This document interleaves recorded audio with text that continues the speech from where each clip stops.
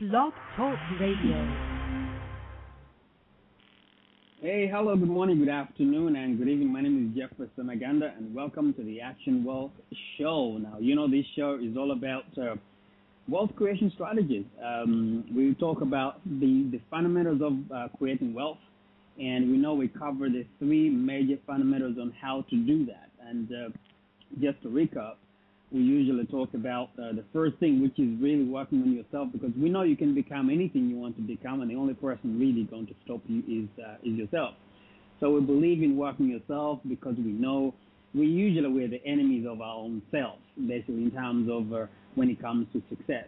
And then we move on to something else because we know that bills must be paid, and we do that by working with on things like how to create multiple streams of income, because we believe never put all your eggs in one basket.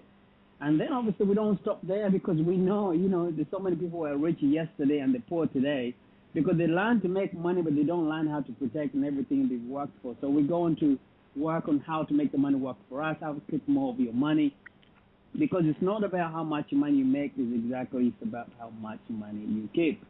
Now, with that in mind, today we usually do this by inviting special expert guests, that people that we believe that they can actually help us move from where we are to where we want to go. And today is a bit of a special day because the person I've got on the call today, it's going to blow you away, because I met this gentleman about 7 years ago, maybe 8 years ago, 7 years ago. And fantastically, he's been a good supporter and helper for me. We'll talk about other things later on, but really he's somebody I know he's been working hard to figure out how to work a little smarter than harder. Is an expert in so many different areas, but we're going to talk about only the two areas I think he's most known for. He's an international speaker, and you need to understand, I live in the UK. He's from the US, in Michigan, United States, and I remember the first time we met, he actually came here to the UK to speak on our events with some of the big names from the USA. And, I want to go further and tell you, he actually started his first business when he was 15 years old. When you talk about starting business at such early age, usually most successful individuals, they start very young, and he did exactly the same thing. He has run, more than a dozen companies.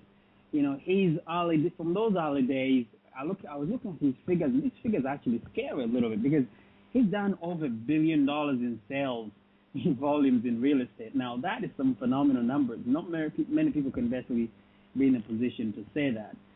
I think it's about time I tell you his name, because maybe you've seen him somewhere, because last time, I think a couple of weeks ago, I saw him on Fox News. He's appeared in so many different programs on TV and radio, including CNBC, CNN, Fox and Friends, Fox News, the Neil Capital Show, and then he's been published in different magazines. The ones I can think of is Entrepreneur Magazine and USA Today. I think if you watch TV, you should know the name by now. He has written so many books, but I can't think of all of them. But let me think of a few. Stop Selling and Start Listening. I do have that book actually, and I do have the audio book also. The Mortgage Myth, Foreclosure Myth. These are number one bestsellers. And then Cashing In on pre-foreclosure and short sales. The point I'm trying to make here, and I usually don't go on to talk about somebody because I let them talk about themselves, but this man has achieved so much. I think if I ask him to try to repeat this stuff for himself, he'll feel embarrassed. So let me be the one to do this. Now, the name is Chip Cummings. Now, I'm not so sure if you can go and Google his name. If you watch TV in the U.S., if you're based in the U.S., maybe you've seen him, you know him. If you've been to some of our events, you've seen him. If you come to one of our events in the U.K., even in Kenya, you should actually remember this man. He actually blew everybody away. Now, I need to make sure Chip Cummings is on the phone, but before we do that, a couple of things also you need to be aware that this man has clients in more than 38 countries, and we're talking to someone that I've been trying to get hold of. I know we know each other, but he's so busy. To get hold of him, it's not very easy. But I think, let me check if he's on the call, because I could be talking and when he's not even there yet. Mr. Cummings, are you there? I sure am, Geoffrey. It's great to hear your voice and good to talk to you again. How are you?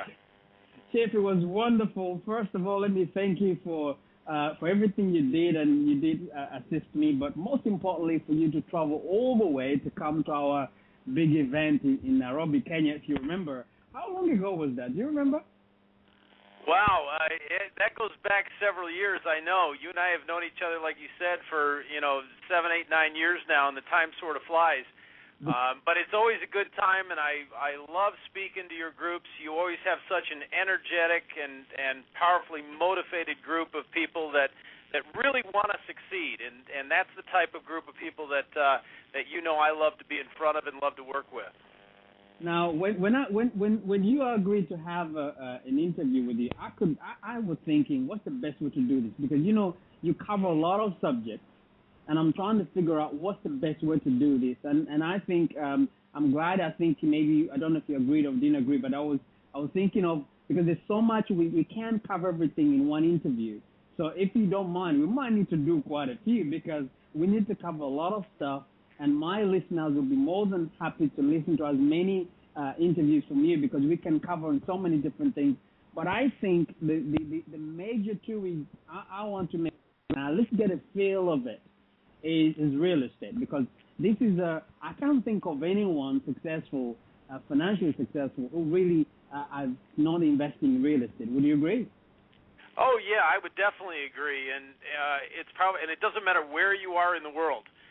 Real estate is easily number one, and there's several reasons for that, but the primary reason is people need a place to live. And it doesn't get any more difficult than that. And when you can tap into the power of that, it doesn't matter if you're in Europe or South America, South Africa, Australia, United States, the concept is always the same. So you're right. That's probably easily the number one way that you can create wealth in any part of the world. And I usually say there'll be more people tomorrow on this planet than there are today, and we can't build enough houses to accommodate those people. That's right. That's right. So let's see how we start with this. Now, how do you get started in real estate? Because I want to make it simple. I want you to start from the beginning, because at the end of the day, we have listeners here who are very new to real estate. We have listeners who already make money in real estate, but it's better to assume that we're talking from the basics as well as go to the most complicated issues. But how does somebody get started in real estate? And how do you know the kind of thing that you need to do? Now, how do you start this process? And give me some input, give me some ideas. How do people get started in real estate? Well, it's a good question, and the best place to start is, of course, always at the beginning. You and I, we've been used to mega $1 million deals. I've done a lot of big projects over the years, and as you mentioned, done over $1 billion. But you don't start out with those bigger deals. You start with much smaller ones.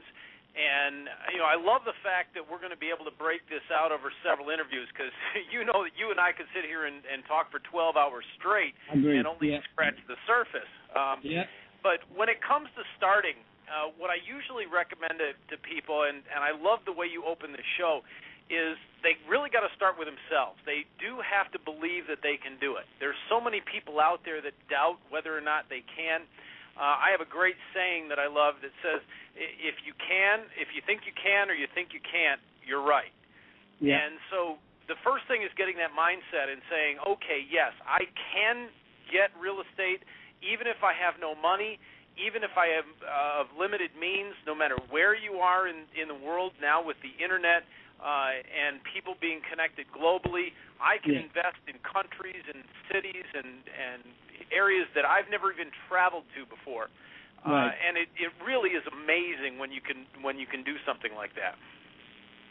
Now, when you think about it, a lot of people trying to get into any kind of investment requires money.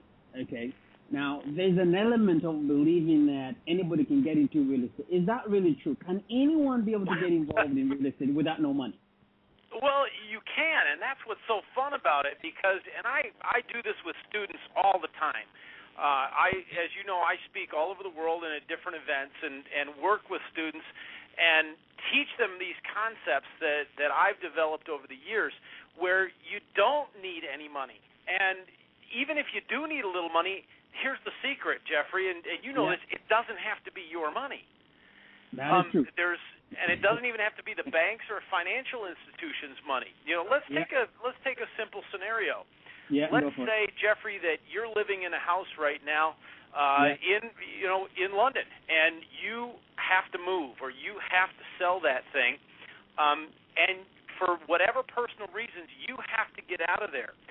I'm somebody that comes in and can solve that problem. And I can say, look, I'll be willing to pay you X number of dollars. I'll be willing to rent it out, do this. There's a lot of different solutions, but people that already own the real estate and are motivated sellers give us a great opportunity to be able to go in and get things with no money. And that's really one of the places to start. There's a dozen other things that we could talk about in terms of how to get into real estate with no money. But the concept is you don't have to have money to get into real estate. I want to blow that myth right out of the water for folks. Now, I want you to you use the word motivated seller. So tell me exactly who's a motivated seller. Just give me some examples. Sure. It could be somebody that is going through a personal financial crisis. For example, I have a gentleman right now here in the United States that has undergone a severe, financial situation that has forced him to liquidate some of his properties. And I'm going to be purchasing a multi-unit apartment complex. It's about 50 units. And the loan on that right now is $1.3 million. That's how much he owes the bank. But because of his situation and because of the nature of his relationship with the bank has agreed to take less, and I'm going in and getting that for about 20 cents on the dollar. Now, that's 20 cents on the dollar of what the loan is. When we actually get an appraisal on the property, I'm actually going to own about a $2.5 million piece of real estate for less than about 15% of that cost. So when we talk about motivated sellers, it could be a financial situation. Now, it could also be a death in the family. It could be a divorce situation. It could be a transfer situation. There's a host of different reasons why someone could be motivated to get out of that property. Now the question is, how do you find these motivated sellers? Well, they're out there, and sometimes they're so desperate that they just keep walking into the walls. You need to recognize a situation when it approaches you. You can go the traditional route. I know that one of the topics we're going to talk about in the future is marketing, because I love creative marketing strategies, and you can use some very creative techniques to market yourself so that sellers can find you very easily. Someone that's motivated has very common baseline functions that they need to solve, problems that they need to solve, that you can tap into from a marketing standpoint. Once you start letting people know that you are available to help those people out, believe me, they will seek you out. They will seek you. I get phone calls from people every single day from all over the country that have situations that they need help with. Actually, that's an interesting part, because sometimes in those old days, we used to, even our local agents, I mean, this is a UK concept, we used to go to our local agents and you let them know the kind of stuff you'd be looking for, and you told them, if you find something like this, let me know. I'm a cash buyer, I'm ready to move. And usually, they in the game, they let you know when they find something that suits you. You don't have to, it's not a rush, because some people, they get really sucked into, I have to get the deal done. I've got to get the deal done now. They make a lot of mistakes in the process. Oh, yeah, no, definitely. And that's a perfect example of people that are used to dealing with these properties. And it could be, the real estate agents, the brokers, the representatives. They're dealing with these situations, and if you let them know when a situation arises, they're going to be calling you. And so before you know it, and it doesn't take very long, people will be calling you with the transactions and the deals. And the key is do you have the solution in order to fix that problem? and is the problem one that you want to inherit? You know, that's the other thing. And again, we could spend a lot of time talking about that. And I know we will in future sessions for the folks that are listening, because there are types of properties that you really don't want to own, too. And you need to know when to pick the right ones. Right, that is true. I think it's important to let our listeners be aware that we're just touching this on just a brief preview on what we're going to talk into details in the future, because we don't want this to assume that people, because they've heard what we've said, all of a sudden run around trying to get involved in buying. You know, you need to consult some experts, you need to learn a little bit more, but I think we can give them more details as we go on. Now, you mentioned that in these economic times, and I know I know you people in the U.S., you actually love it more to talk about problems and real estate. And the U.S. used to be the place we look up to, but it seems to be all the news, negative news seems to be coming from your country. But tell me something. In this environment where everybody seems to believe everything is going wrong, can you still find these deals? Oh, yeah, you sure can. You know, the problems are always out there. It doesn't matter if it's in good times or bad. And the economic situation in today's marketplace is really worldwide. It varies to different degrees, of course, but there are always opportunities out there if you're looking for them. And one of the things that you just said a moment ago is really key, Geoffrey, and that is that you've twisted my arm to come and spend some time with you, which I enjoy doing, to share these kind of strategies with folks. Yeah. And it's really important that all of your listeners out there understand that the best way to succeed in anything, especially creating wealth, whether it's through real estate or anything else, is to get somebody that you know and trust, that you can follow in their footsteps. I've been doing this for 30 years, and I didn't gain all this knowledge overnight, and I had people that helped me along the way. And now you've been kind enough to bring me on to sort of show the way for some of the folks that are in your audience, and I don't mind doing that. People say, well, why don't you just go out and spend time doing this? I do this on a daily basis, and I don't mind sharing these techniques because, of our relationship, and I know your commitment to your listeners. But you want to really get a hold of somebody that you can trust and follow in their footsteps. That is really key. No, I totally appreciate that, because I know how busy you are, and we've been trying to get this happen, but because of your schedule, it's been almost not that easy. But I do appreciate your time. But let's go back to this a little bit of a subject of talking about. Today you mentioned something. These issues today, we live in a very small world. Which means that you're in the U.S., but are you telling me now, because I'm trying to make our people understand, can you be able, you can be able to do business here in the UK, in Australia, in South Africa, in Russia, So would the internet today make that global investment in real estate possible? And how would you advise anybody to think about going about it? Oh, it really does make it possible. And we've done that, and we've been doing it now for a couple of years. In terms of investing in real estate and doing things. Let me give you a simple example. If I was interested in a piece of property over in the UK or in Germany or anywhere else for that matter, I can simply go to maps.google.com and I can look up anywhere a satellite version of the piece of property that I'm interested in. So from that standpoint alone, obviously, the internet has brought things in to a very personal level. Now, in addition to that, there's a host of other resources that we use in order to not only find properties, but also to evaluate them and figure out which deals are good and which ones are bad. And so I can buy property in Costa Rica, I can buy property in South America, I can buy property in Australia, and international buyers can buy property in the United States and interest in properties in the United States. One of the things we're going to talk about is what I call my zero-risk real estate strategies, where you can actually own an interest in real estate without even owning the real estate, which is really fun. But it really is a global scene now, and with the resources that are available at the touch of a button, I can find out so much about a property that I couldn't do years ago that make international investing possible. Now, there's something which I do have.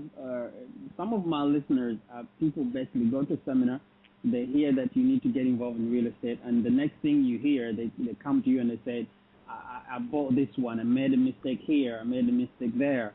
My advice used to be, and you can basically, maybe add to this or disagree or agree. My advice used to be, as a new investor in real estate, to look at as many properties and make as many offers as possible before you even make your first real purchase.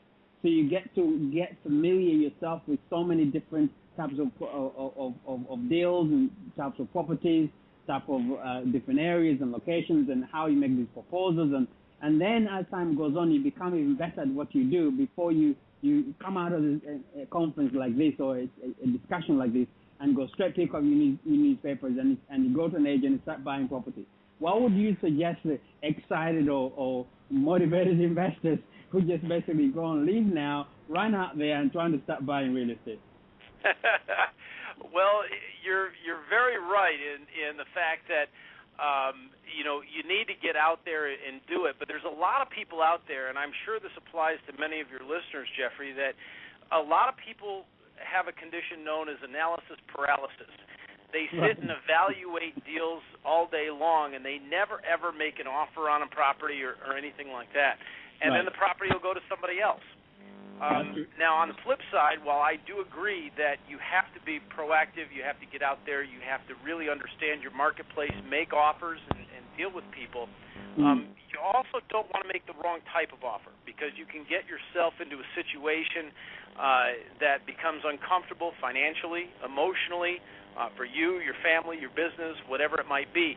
And I don't want to ever put somebody in a situation where they can't sleep at night with what they're doing, the investment decisions they're making, which, again, is why I recommend, you've got to get with and listen to somebody that you can trust who knows their stuff and is able to do it. Now, again, that being said,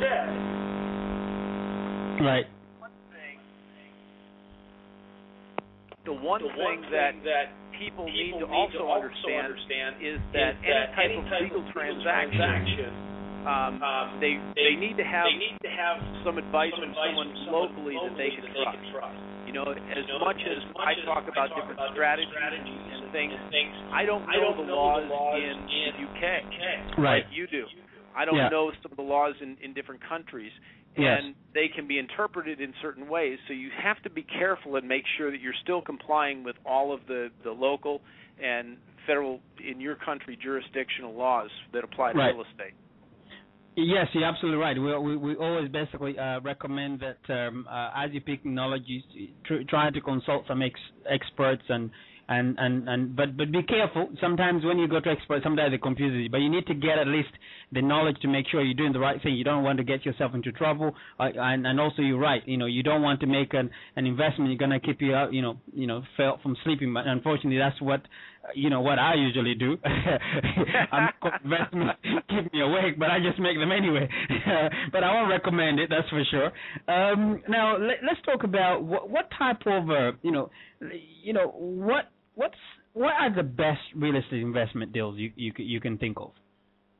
Well, for most of your listeners, and this is sort of a general rule, the best real estate transactions to get involved with are going to be local, low profile, low dollar type of properties that are residential in nature. You hear some of the real estate guys out there saying, invest in land because they just don't make it anymore and this and that. A land isn't going to make me a profit, and a land isn't going to. It's not something I can live in.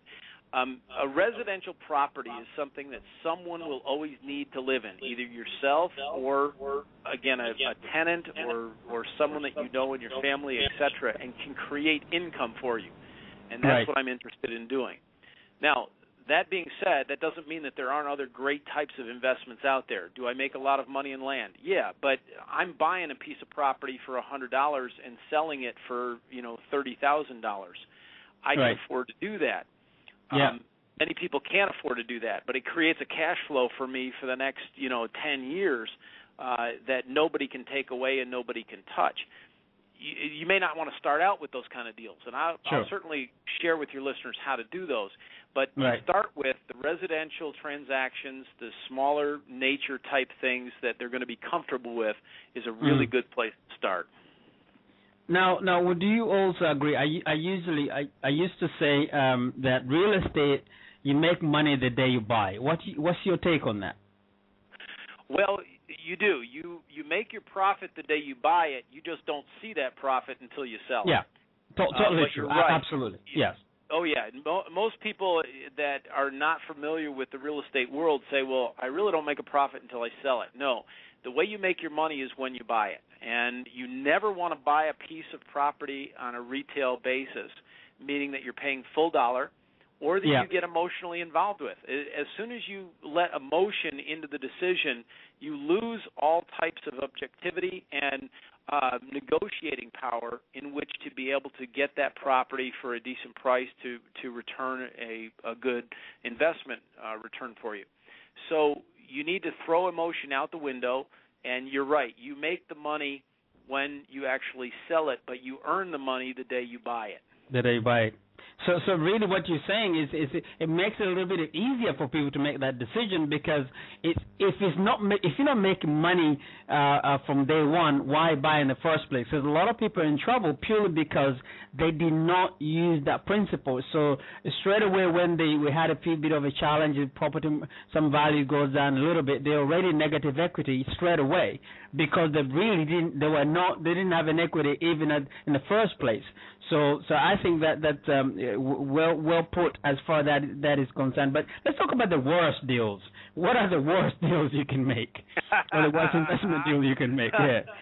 Well, the worst deals would be the opposite of that, I guess. And just going back for a second on one thing that you just said, that when you talk about the good investments out there, you may not make the profit the next day or the next week, but you have to have an exit strategy. You have to know what the end game is, as we call it. Right. Okay. There's a piece of property that I just bought about 1,000 miles away from here.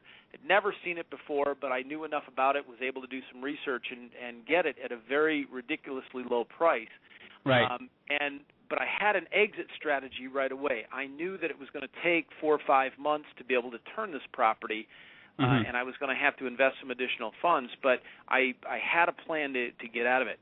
Now, in terms of the worst types of real estate transactions and investments you can make, there's a variety of them. I think I've already mentioned to you that I'm really not a big fan of vacant land type transactions unless it's a developed parcel within. Over here we have subdivisions and different developments of multifamily units.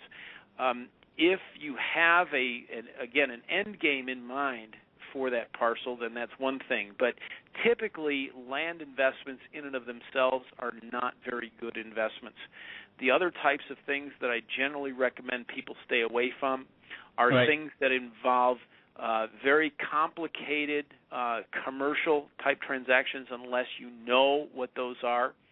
Any type of long-term personal commitment that, again, you don't have an end game for can cause you a lot of lost sleep. You and I both know people that have gone through that. Right. And that's not a fun situation to be in. And so you want to feel comfortable with what you're doing. Partners are a great way to do real estate investments, but again, you really got to know the partner that you're dealing with. And I've taken on lots of partners and worked on a partnership level with many people over the years, and it can be a great way to leverage your time versus their money. And for a lot of your new listeners out there, that's one of the ways that we're going to suggest they get started, because people with a lot of money generally don't have a lot of time. You know, you and me, our schedules are very complex and very difficult to coordinate. But there are people out there that have a lot of time and no money. And I don't hesitate sometimes investing in those people, saying, look, you take care of this whole thing, I'll back you, and then we split it 50-50 or whatever. So you can get those kind of arrangements with investors out there. So basically, what you're saying that a guy locally, they can do a lot of homework and get to understand their local market very well, and what they get to understand, they can really start from there by actually looking for people with money and show them some of these opportunities they can actually work with and do a proposal to them. Because sometimes, you know, these deals are available, but you don't know where they are, and you don't have the people on the ground can tell you what's going on. Yeah. Right. Because the real estate guy, they're just interested in making their money, so they're not really going to do the best for you, are they? That's exactly it. And you know, it doesn't have to necessarily be that person's money either. You know, let me give you a great example. I had a gentleman come to me that was in a situation, needed a great deal of money in a short period of time.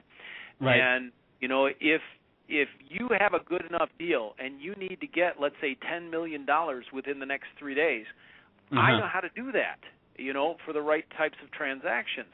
Most people don't have that kind of information, knowledge, or access. But I'm not out there looking for those kind of deals. If somebody locally has one that they've got that's a good transaction and makes sense, they got to be able to prove it to me first. You know, show me why it's a good deal. Show me that you've done your homework and your research and that you know what the pros and cons are. I get tons of people that contact me, say, hey, you know, I'm thinking about building a resort in the South Pacific. It's like, you know, what do you know about building a resort in the South Pacific? I don't know, but this guy's brother said it was a good No. It doesn't work that way. So you got to have everything done ahead of time if you're going to approach, not just me, but any investor.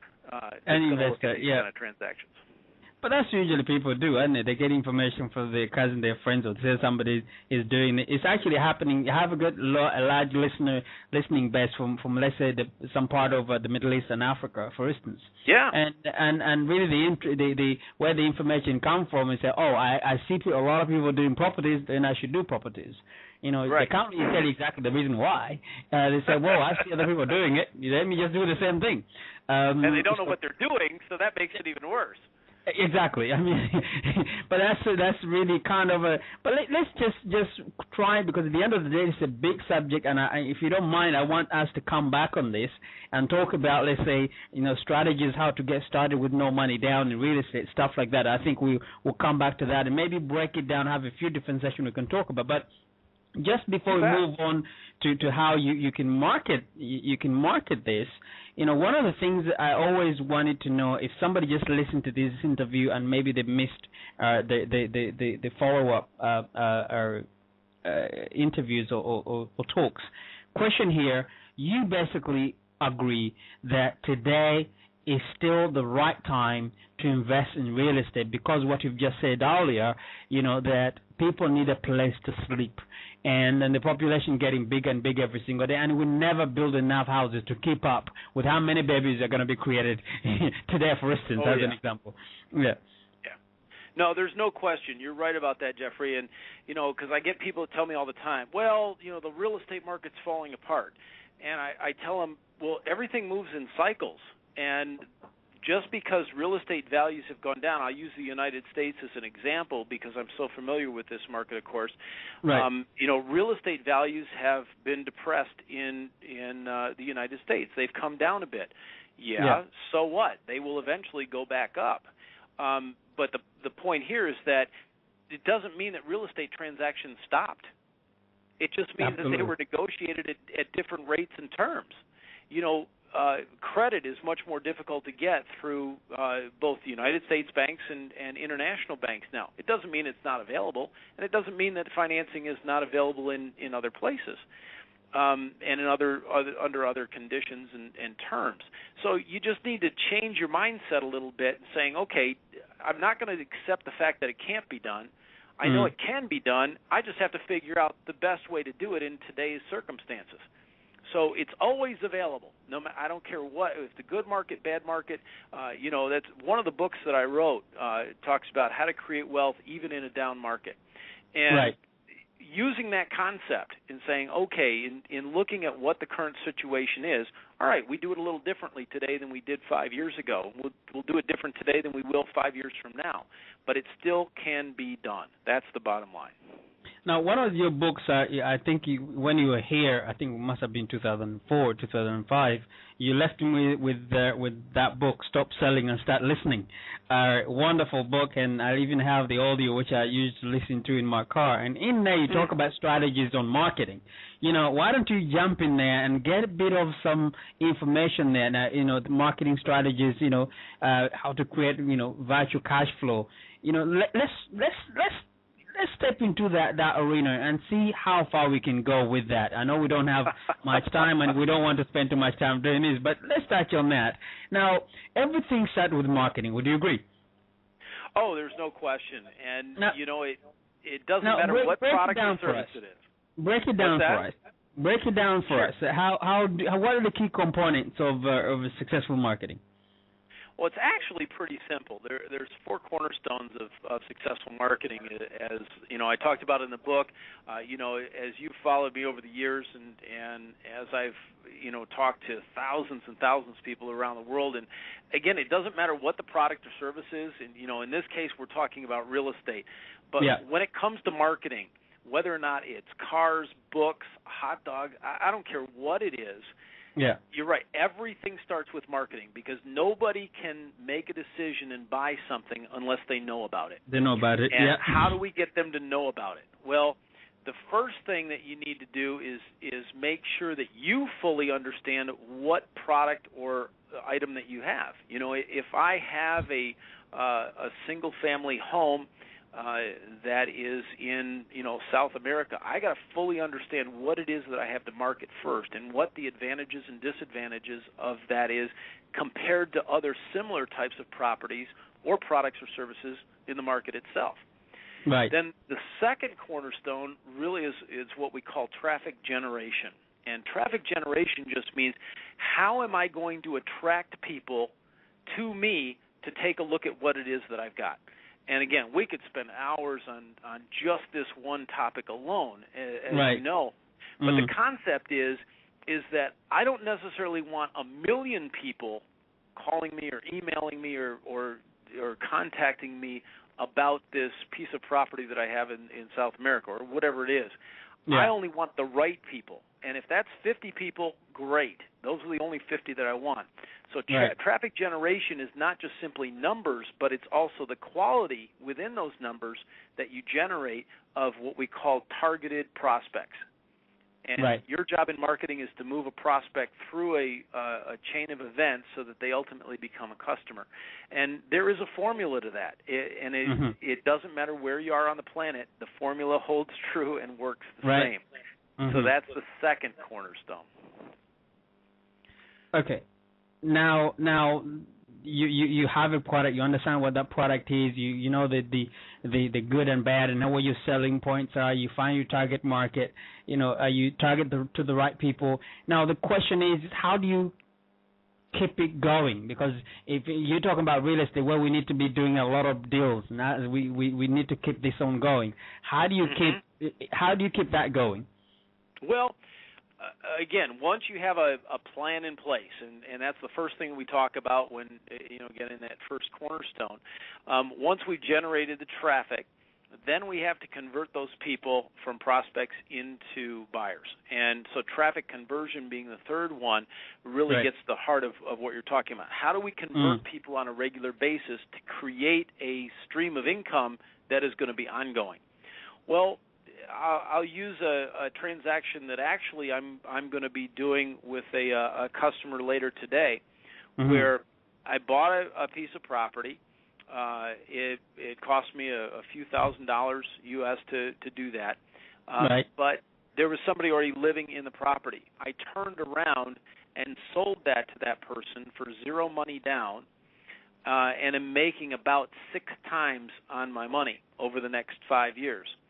Now, as I set this transaction up, I know this person is going to be able to pay me a certain amount of money each month. I'm going to recoup my money, my investment, in about a 6-month period. Everything after that is pure profit. And if you set up just a few of those, you've got now multiple streams of income that are going to be coming in over the next several years. And I spent maybe 2-3 hours on that transaction. that's a pretty good return for my time. I totally agree. Yeah, totally agree. But would you also be very, make our listeners understand that, this stuff comes from experience, but trying and errors, but learning from experts and follow what they're doing. But most importantly, just keep at it until you get good at it. Because at the end of the day, some people expect to succeed on their first deal. It can happen, but would you say that's the reason if they don't, they just quit and move on to something else? I am so glad that you brought that up, because that is one of the most important things. As I teach students, every transaction is not going to be a home run. And, I've gotten very good at this over the years, and so I can pick the winners and losers much easier. Do I have losers every once in a while? Yeah, but I contain my risk so that it doesn't, really hurt me and take me down and do other things. But one of the things that, again, you said is so key is that you can't give up. The only thing that failure comes to are people that do give up. And if you stay at it and you constantly apply the principles that you and I are talking about and that we will in future sessions, it'll work. Trust me, because I've done it. That's the thing, is when you can follow in the footsteps of somebody who's actually done it. Yeah, there's going to be bumps along the way, but the end is there, and you know what's going to happen and that you're going to be successful. You get so many people that try it once and say, oh, well, I put in that sales offer, the purchase offer, and the guy said no. So I'm going to give up. Well, I'm going to give up, yeah. Let me retrain your minds, folks. For those of you listening, when you present a purchase offer on a piece of real estate to somebody the first time, you want them to say no. Now, does that make you feel better? You want them to say no. Now, most people are saying, why? I hate rejection. Yeah, that's the question I'm asking you. Why? Well, yeah, why? Well, here's the simple answer, Geoffrey, because if they say yes, you just paid too much for it. Does that make sense? That makes a lot of sense. Does that make sense? Because I've got to negotiate with you. And if you jump out of your skin and say, oh, yeah, I'll take it, I'm like, whoa, wait a minute. That was way too easy. I could have gotten it for a lot cheaper. And so I want you to say no. I want that negotiation to start. And I want you to come back and say, well, no, I'm not going to do this, but I will do this. Now, face it, folks, the worst thing that can happen to you is somebody will say no. Right. And that's not so bad when you think about it, is it? No. but let's imagine somebody actually did say yes. What do? Do you say, hold on, I want to withdraw my offer? No. They say yes. Now you turn around and call Geoffrey. No. No, that's where you have the plan in place. Obviously you want to get to a yes eventually because you've done your research and you've become knowledgeable about either the property or the transaction.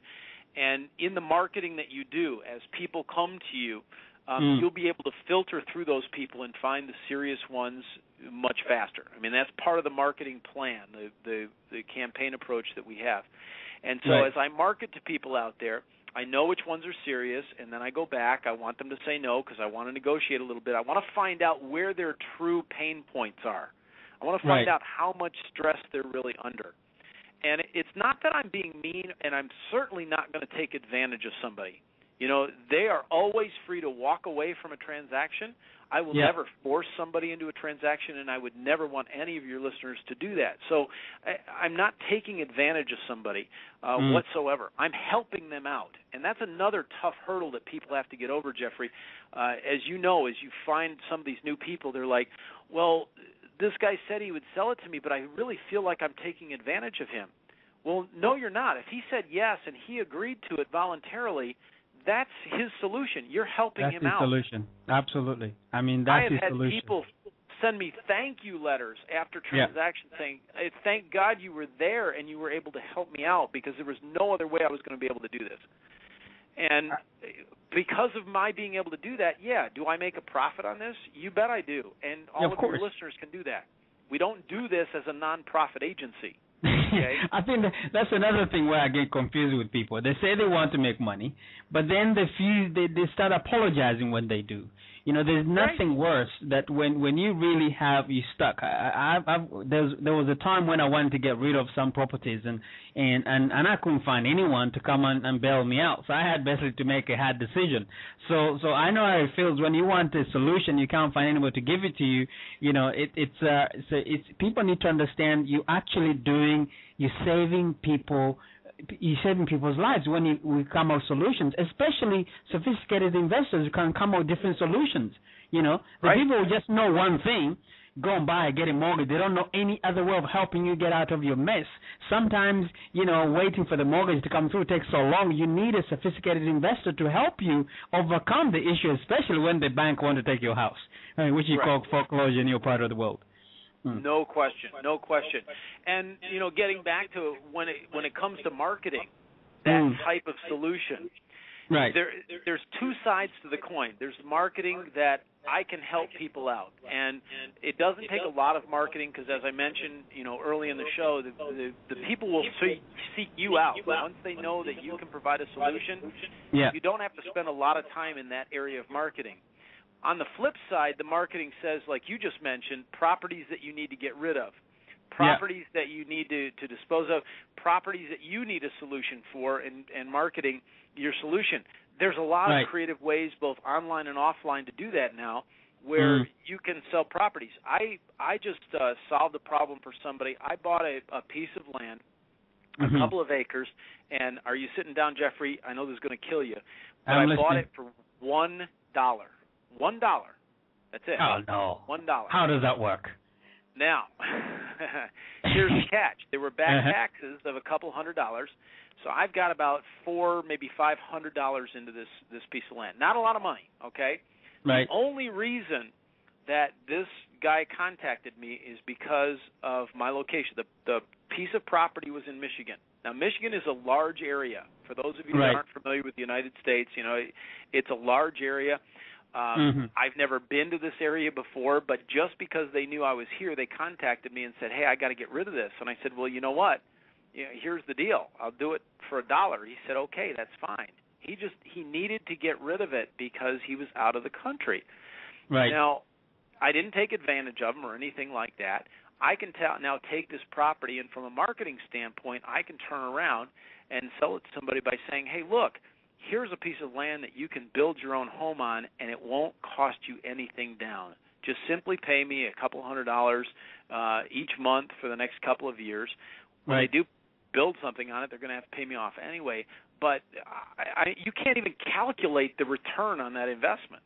Totally agree. It's basically, infinity.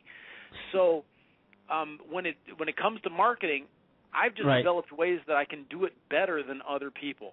But you just said something very important there, Chip. The fact of the matter is people know you, that you are a person who does what you do, hence why they can seek you out, they can find you. If they didn't know who you were, there were so many people in Michigan, basically they didn't call.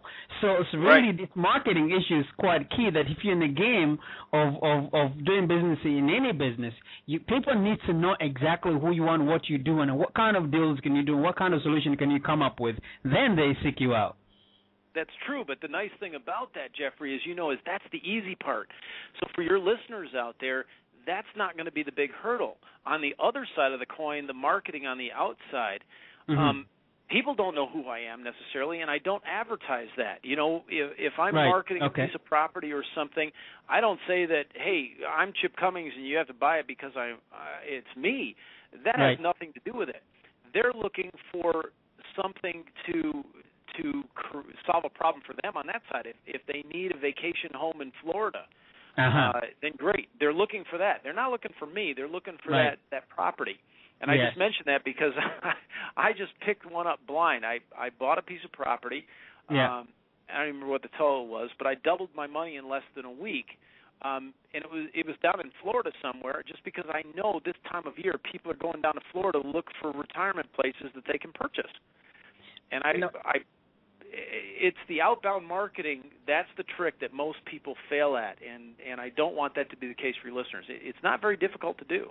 Now, the issue of making marketing is really, we live in a world that's changing so much when it comes to advertising. So in that particular case, how do you really get people's attention as quickly as possible? I mean, what kind of ideas or tips can you give our listeners to think of where we're going about that? Well, I'd love to make it really difficult. It's not. Right. When it comes to marketing, there's a couple of basic rules. And it really comes down to three things. So let me give your listeners this. Mm-hmm. When it comes to marketing, number one, draw attention. Draw attention. How will you get people to notice you? Number two, you have to convey success. Now, success doesn't mean that you've made $1 million. Success doesn't mean that you've been employed for 30 years and you've built all this up. Success means that you know what you're talking about to the point where that person who is considering buying your product or service can trust you in the transaction. That's what we're talking about when we talk about success. Okay? Right. Yeah. I know how to do that very well when I'm dealing with somebody. They can believe me in the things that I'm doing, the things that I'm saying. As you know, I stick by my word. I will, if I make a deal with somebody, I never back out of that deal and everything. I mean, you've got to convey that kind of success, that people will trust you. The third thing is that you have to demand an action. I mean, once you've come to me and once you know that you can trust me, then you got to tell them what to do. Because if you don't, they don't know what to do. So you have to demand an action. Yes, right. That is true. So you see my marketing, you trust me, and now I'm telling you, I want you to click here. I want you to do this. I want you to attend this webinar. I want you to attend this conference call. I want you to come see me. I want you to buy this. I want you to pull out your credit card and punch in the numbers. Whatever it is, I have to tell them what to do, or I have failed in my entire marketing effort. And that's what we call a response trigger. And that is the key that most people miss when it comes to marketing. What is your response trigger? Demand an action out of your consumer. That's it. Three steps. Bingo. Summed it up for you. That's $1 million lesson right there.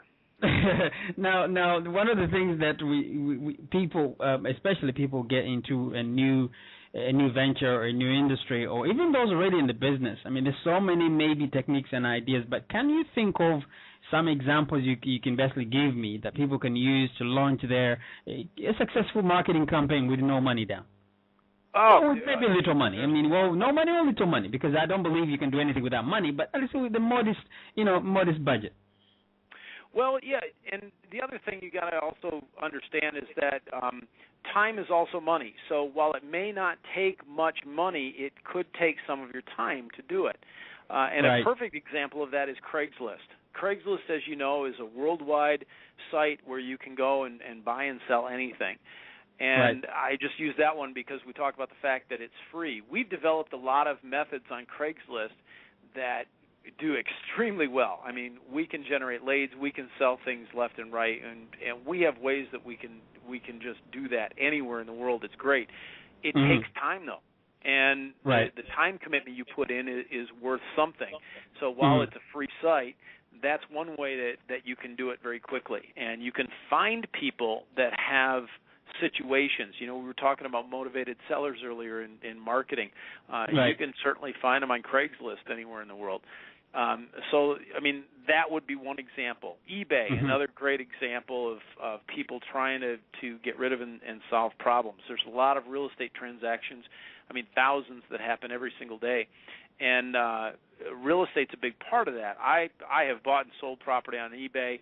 And that's a whole other topic that we can get into, and which is really fun because you can do it anywhere in the world. But you'd be amazed how many people in this part of the world do not consider eBay for a real estate deal. I know, isn't that something? Something? Yeah, actually. And it's not just the U.S., folks. It's anywhere. It's anywhere. There are other sites in terms of being able to get started. Affiliate marketing is a great way to get started for anyone that has some time, doesn't have any money whatsoever. Yeah. Let's say that I have some products and services, and you have some marketing know-how and some time to be able to spend on that. Great. If you go out and sell my products and services, I just write you a check. That's how simple affiliate marketing is. Sure. You know, and you and I have participated in that for many, many years, and I've made an awful lot of money with affiliate marketing. Yeah. Because I can't create everything, but I can leverage my time in other people's services and products. And so if I have an audience that has an appetite for something and simply refer that out, I can get paid for that, and I get very nice checks on a monthly basis. You know, when we talk about multiple streams of income on a regular basis, that's a big one right there. And there are certainly a lot of national and international sites that are available to do that. And I know we'll talk about more in depth in a future interview for some of those. Totally true, and you're absolutely right. Each country, they do have these places or sites where you can actually find whatever that you're looking for. And by the way, if it's not there, then think about setting it up yourself. However, when it comes down to affiliate marketing, something I've been doing since I can't remember, I think since I came to this country. But now, but now you have these social medias also make life a little easier in terms of you having 10 friends, but those 10 friends have access to 100 friends, and those 100 friends have access to 1 million friends. Before you know it, you can actually network your way. But you're right about one thing. You've got to educate people what you want them to do. Otherwise, they don't know what you want them to do. You know, it's very easy to always assume that somebody knows what to do, but they don't know. They're waiting for you to tell them. You know? Yeah, you're exactly right. You know, Facebook is one of the most amazing inventions of our generation, and people see that kind of platform. And there's other social media platforms. I don't mean to exclude others, but that just happens to be the biggest one in the world. Yeah. And it's in, you know, how many different languages? 20, 30 something.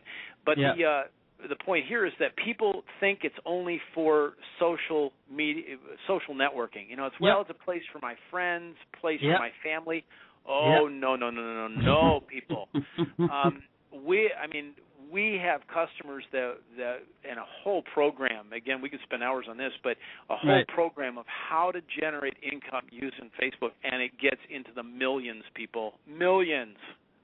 It's just phenomenal when you understand the concepts of how to get people to point and click. It has just eliminated so many different points in the sales process.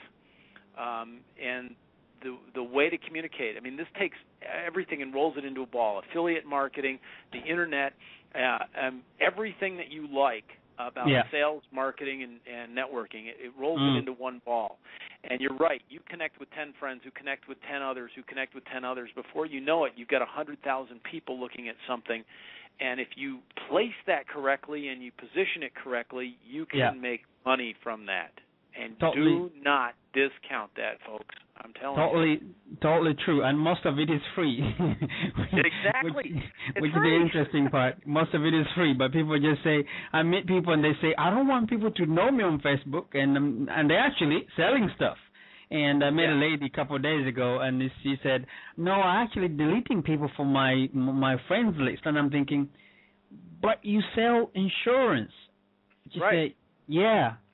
But are you telling me you don't want people to know you, that you sell insurance? She said, well, you know, and I'm thinking, you know, a lot of people need to learn to understand when you have something approaching, I don't know, how many people on Facebook now, approaching 1 billion or so, you know? It's north of like 800 million now. But you're right. And in that case, here's the thing, and again, something real quick for your listeners. You have a personal presence on Facebook, and you have a professional presence on Facebook.